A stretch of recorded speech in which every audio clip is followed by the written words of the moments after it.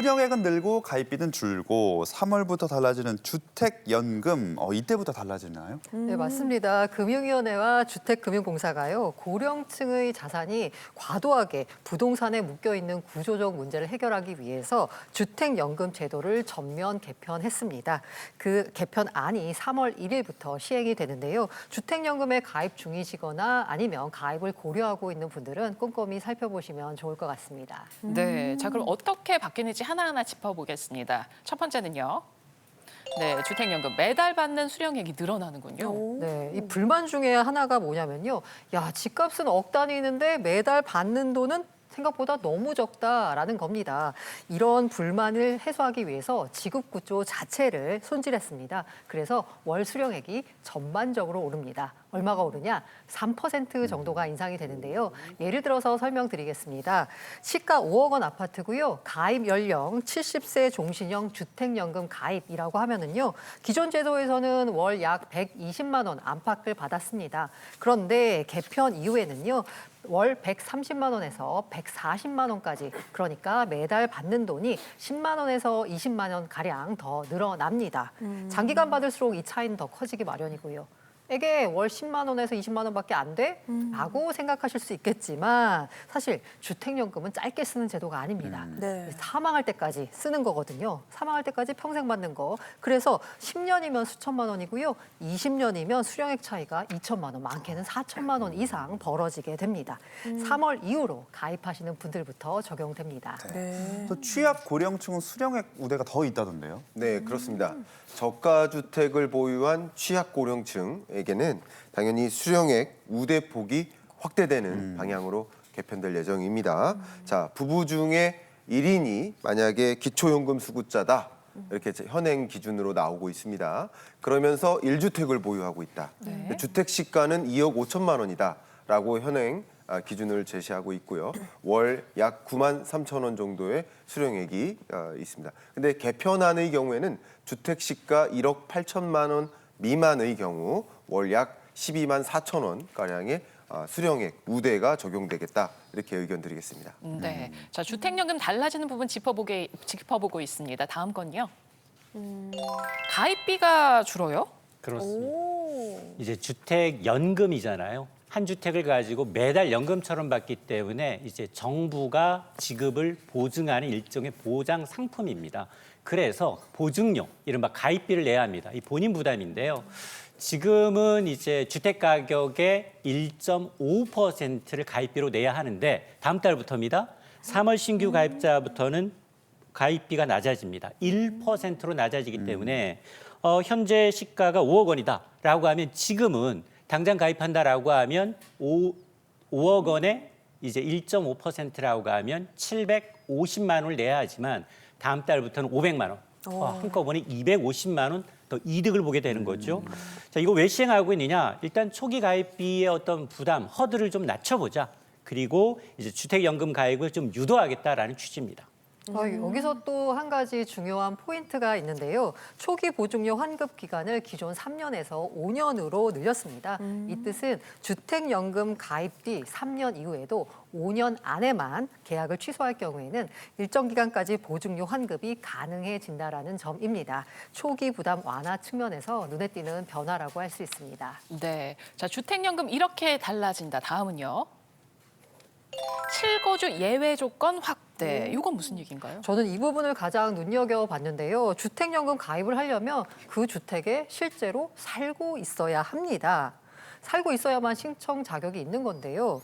이제는 일부 불가피한 상황의 경우에는 실거주 요건이 예외적으로 허용이 됩니다. 그럼 어떤 경우냐?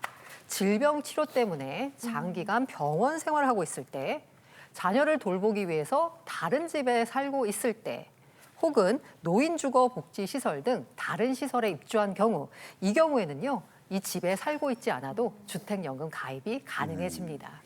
아니 근데 저런 경우 많이 봤거든요. 그러니까 손주 돌보시느라고 집 비우시는 분도 계시고 맞아요, 맞아요. 장기 입원하시는 분들도 계시고 이제 가족 그 간병 때문에 그럼 집이 빈 거잖아요.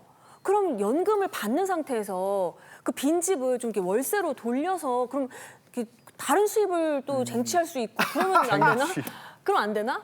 글쎄요. 다다익선. 예. 그럴 수 있. 그런 생각을 충분히 할 수 있습니다. 근데 원칙적으로는 안 됩니다. 그러나 일부 예외를 허용하고 있는데요. 앞서 지적했던 것처럼 정말로 주택연금을 가입했는데 치매나 중증 환자가 발생을 했어요. 네. 그러면 인위적으로 요양시설에 갈 수밖에 없습니다.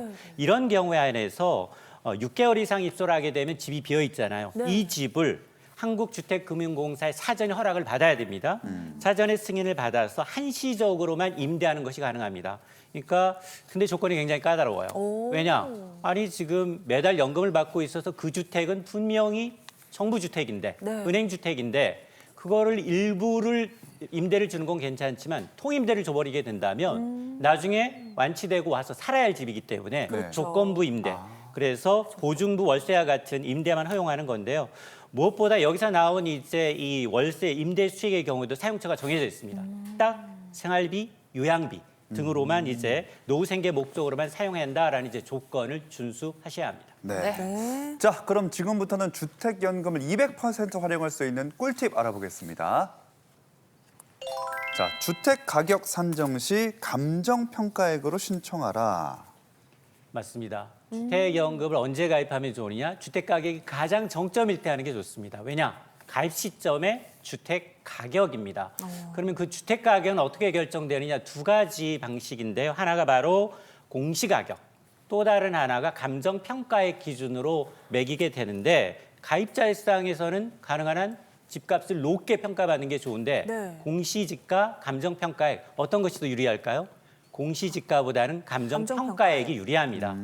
공시지가라는 건 이제 보험뿐 아니라 각종 세금을 매기는 기준이다 보니 보통 시세의 20~30%보다 좀 저렴한 경우가 많습니다. 근데 감정평가라는 건 시가를 그대로 반영하다 보니까 공시가격보다 20~30% 높게 나오는 경우가 있는데요. 예를 들어서 공시가격이 4억 원이고 감정평가를 새로 했더니 5억 원이다. 1억 원만큼 내 연금을 평생 매달 더 높게 받으실 수 있다는 얘기입니다. 소장님 이거 진짜 문물에서만 알려주신 꿀팁인 것 같아요. 이거 그러면 이거 어떻게 알아보면 좋을까요? 맞습니다. 우리 알잖아요. 정부가 정말로 알아서 지급하는 건 없습니다. 본인이 신청을 해야 합니다. 반드시 비용도 듭니다. 한국주택금융공사에다가 이제 연금 신청할 때 감정평가액 기준으로 해달라라고 이제 직접 요청을 해야 되고요.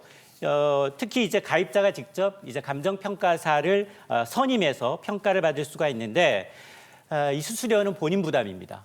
감정평가 수수료액이 원칙적으로 이 가입자 본인이 부담하게 되는데 이제 주택 가격에 따라 좀 다르겠죠. 적게는 50만 원, 많게는 100만 원이 될 수도 있습니다. 다만 문제는 뭐냐? 시세가 2억 원 미만인데 나는 1주택자다. 이분들의 경우에는 주택공사가 오히려 감정평가 수수료까지도 전액 부담을 하고 있습니다. 네, 이 액수에 따른 차이를 잘 기억을 해주시길 바라겠습니다. 자, 꿀팁 하나 더 보겠습니다. 재산세 감면 받아라. 오, 어떻게 받나요? 네, 주택연금 받으신다면 재산세 감면 꼭 챙겨보시길 바랍니다. 대부분의 주택연금 가입자가요, 60세 이상 고령자이자 1주택자이기 때문에요. 지방자치단체에 고령자, 장기 보유 공제를 적용받으면 최대 80%까지 재산세를 감면받을 수 있습니다. 다만 앞서 사례와 마찬가지로 정부가 알아서 챙겨주지 않습니다. 꼭 신청이 필요하다는 점 잊지 마시길 바랍니다. 알겠습니다. 자, 꿀팁 하나 더 살펴보겠습니다. 좋습니다. 집값 급등 시 계약 취소, 3년 후 재가입을 노려라. 이렇게 그게 돼요? 취소했다 다시 들어갈 수도 있군요. 네, 그렇습니다. 여러분 앞에 계속 말씀 나눴었던 것처럼 집값이 최고점일 때 가입하는 것이 가장 유리하다라고 말씀드렸어요. 근데 집값이 지금 가장 최고점이다라고 생각하고 가입을 했는데 그 이후 계속 급등해요. 그러면 어떻게 해야 되겠습니까? 그때는 취소할 수 있다. 다만 취소하고 다시 재가입할 수 있는데 3년 후 다시 가입 가능하다는 거 3년 후. 유의사항이고요. 유의사항 한 가지 더 말씀드리면 재가입 시 보증금 부담은 당연히 고려해야 되겠다. 이 두 가지 사항 고려한다면 집값이 공공행진을 하더라도 이후에 재가입할 수 있다는 점 이해하시면 도움이 되겠습니다. 네.